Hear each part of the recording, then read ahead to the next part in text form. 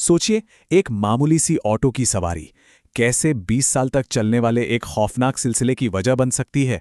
चलिए जानते हैं इस डरावनी कहानी में।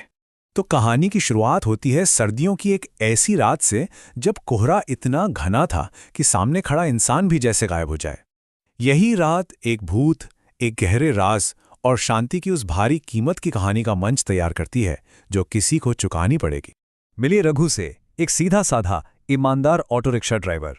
उसे जरा भी अंदाजा नहीं था कि उस रात एक अकेली रहस्यमयी सवारी उसकी जिंदगी को हमेशा हमेशा के लिए बदलने वाली है। घने कोहरे के बीच से निकलकर एक औरत आती है। उसे जाना है नदी के उस पार, एक बिल्कुल वीरान और खंडर हो चुकी जगह, पुरानी बस्ती। अब सोचने वाली बात है, ऐसी सुनसान जगह पर कोई आधी रात में आखिर क्यों जाएगा? यही सवाल रघु के मन में भी घूम रहा था। सफर के बीचों बीच रघु को कुछ अजीब लगता है। वो शीशे में देखता है और पिछली सीट खाली है, वो औरत गायब हो चुकी है।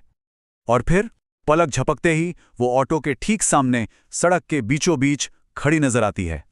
और फिर वो औरत कुछ ऐसा कहती है जिसे सुनकर रघु के पैरों तले जमीन खिसक जाती है। वो न सिर्फ रघु का नाम जानती है बल्कि ये भी दावा करती है कि वो 20 साल पहले भी उसके ऑटो में बैठी थी और ये एक ऐसा सफर था जिससे वो कभी वापस नहीं लौटी। रघु घर तो लौट आता है, पर वो अब वो रघु नहीं था। उसके अंदर की जिंदगी जैसे खत्म हो चुकी थी। ऐसा लग रहा था जैसे उसकी रूह कोई अपने साथ ले गया हो। और उसके साथ घर में दाखिल हुआ था एक बर्फीला, डरावना साया। रघु में जो बदलाव आया था वो सिर्फ बाहरी नहीं था। उसकी हंसी, उसकी बातें सब जैसे कहीं खो गई थीं। वो बस एक चलती फिरती लाश बन गया था जिसे देखकर अब उसकी अपनी पत्नी रमा भी डरने लगी थी। और अब वो साया सिर्फ रघु तक नहीं रहा, वो पूरे घर में फैलने लगा था। घर में एक अजीब सी बर्फीली ठंड महसूस होने लगी। और सबसे डरावनी बात तो ये थी कि बच्चों के कमरे में बर्फ से बने छोटे छोटे पैरों के निशान मिलने लगे।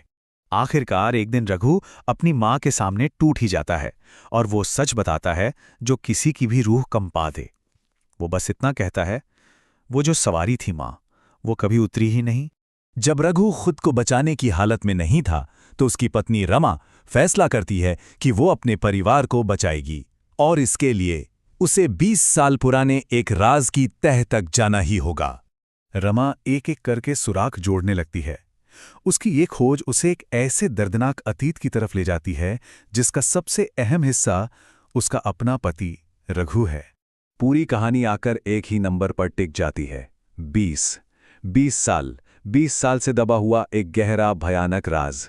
और आखिरकार एक बूढ़ी औरत उस रात का वो भयानक सच बताती है। 20 साल पहले नशे में धुत रघु ने अपना ऑटो नदी में गिरा दिया था। उसकी सवारी, जिसका नाम सुधा था, डूब रही थी और रघु वो उसे बचाने के बजाय डर कर वहां से भाग गया। अब रमा के पास सच था और इस सच के साथ वो सिर्फ रघु का नहीं बल्कि सुधा की आत्मा का भी सामना करती है।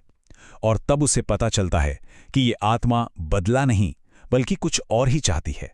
और यहीं पर कहानी एक बहुत दिलचस्प मोड़ लेती है। आखिर एक भूत सच में चाहता क्या है? क्या हर भूत सिर्फ बदला लेना चाहता है या कुछ और? पता चलता है कि सुधा की आत्मा कोई राक्षस नहीं बल्कि एक शिकार है और वो कुछ बहुत खास चाहती है। सुधा की मांग एकदम साफ थी, उसे बदला नहीं, उसे सिर्फ इंसाफ चाहिए।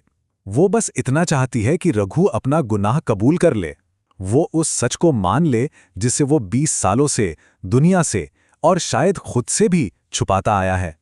और यही हमें उस प्रेत के साये की असली वजह पता चलती है। ये डर से नहीं बल्कि धोखे के दर्द से पैदा हुआ है। ये उस दर्द से पैदा हुआ है जब कोई ऐसा इंसान आपको मरने के लिए छोड़ दे जिस पर आपने अपनी जिंदगी का भरोसा किया हो। और ये हमें कहानी के आखिरी और सबसे भयावह मोड़ पर ले आता है। अब वो वक्त आ गया है जहां रघु को आखिरकार अपना किराया चुकाना है और उस कर्ज को निपटाना है जो उस पर पिछले 20 सालों से था। रघु अपना ऑटो लेकर निकलता है, लेकिन स्टेशन की तरफ नहीं। वो वापस उसी नदी किनारे जाता है जहां 20 साल पहले ये सब कुछ शुरू हुआ था। वो तैयार है अपने अंदर के डर और सुधा की आत्मा दोनों का सामना करने के लिए। वो अपनी कायरता और अपना गुनाह कबूल करने के लिए पूरी तरह तैयार है। जैसे ही रघु अपना गुनाह कबूल करता है, सुधा की आत्मा को आज़ादी मिल जाती है। लेकिन रघु, वो वहीं उसी नदी के किनारे हमेशा के लिए गायब हो जाता है। शायद यही उसके पश्चाताप की असली कीमत थी। कहानी एक डरावने लेकिन अजीब से शांतिपूर्ण अंत के साथ खत्म होती है। 3 महीने बाद रमा के दरवाजे पर ऑटो की एक चाबी मिलती है। ये शायद इस बात का संकेत था कि रघु को भी अपनी शांति मिल गई है।